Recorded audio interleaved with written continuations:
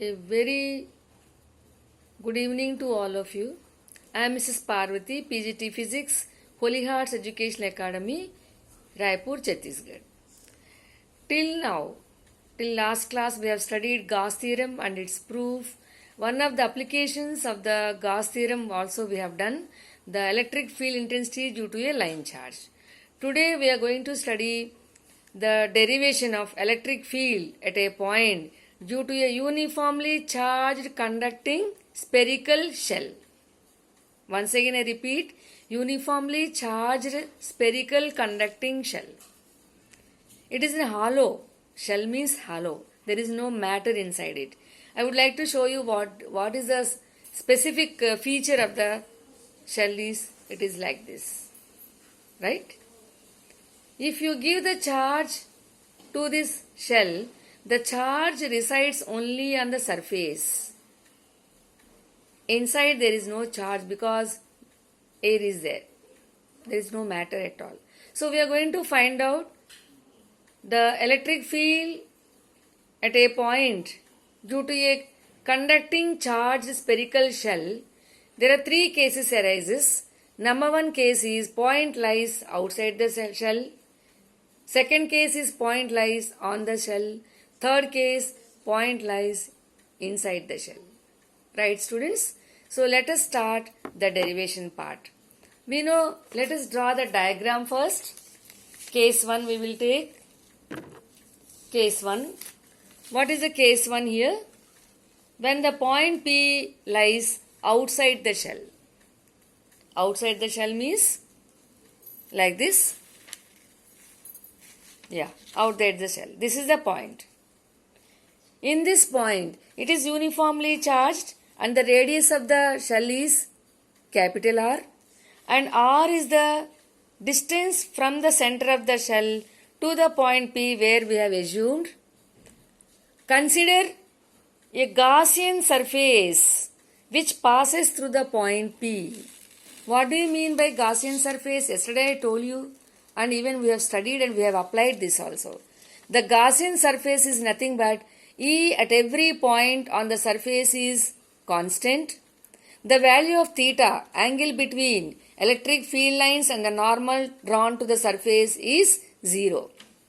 That is cos 0, 1, and E is constant at every point on the surface. So we are discussing first of all the point P lies outside. If the charge, and it is uniformly charged here, the spherical shell, electric field lines are outward, radially outward. So this is the field direction and this is the normal drawn at the surface here. Now let us come to the derivation part.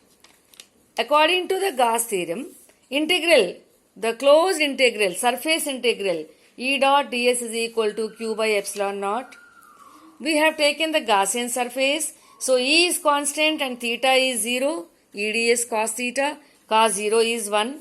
So we write E, you take outside since it is constant, integrate the Gaussian surface which is equal to q by epsilon naught. Here I would like to tell you one point. Whenever there will be a confusion, generally when you write the answer in the examination, no, here which surface we are supposed to integrate. We have to integrate only the Gaussian surface, not the actual surface. Clear? Okay, till any derivation, we have to derive only, we have to integrate only the Gaussian surface, not the actual surface. Right? And q by epsilon naught, you know that what is q? Since it is uniformly distributed, easy to remember that sigma is the surface charge density. We know q is equal to sigma into area. What area? Area of the actual spherical shell, whose radius is capital R. Its area formula is 4 pi r square. So sigma into 4 pi r square upon epsilon naught. And E into what is the area of the Gaussian surface whose radius is smaller? 4 pi small r square. We have integrated. And E into 4 pi r square is equal to sigma into 4 pi r square by epsilon naught. That is E is equal to q by 4 pi epsilon naught r square, or we can write E is equal to sigma into capital R square upon epsilon naught into small r square. So, which distance is changing? Capital R is constant, no doubt. It is the radius of the spherical shell. Small r is changing from one point to the another point. So, the value of E is inversely proportional to the square of the distance from the center of the shell to the point P where we have considered. Right? So, this is the first case. And second case is, suppose if the point is on the shell, then what is the formula? Point P lies on the shell. Then what is the formula here? E is equal to sigma by epsilon naught into capital R square upon small r square. We got it just now. Substitute the value of small r is equal to capital R here. Then we get the answer sigma by epsilon naught. That means the electric field intensity on the spherical shell is maximum.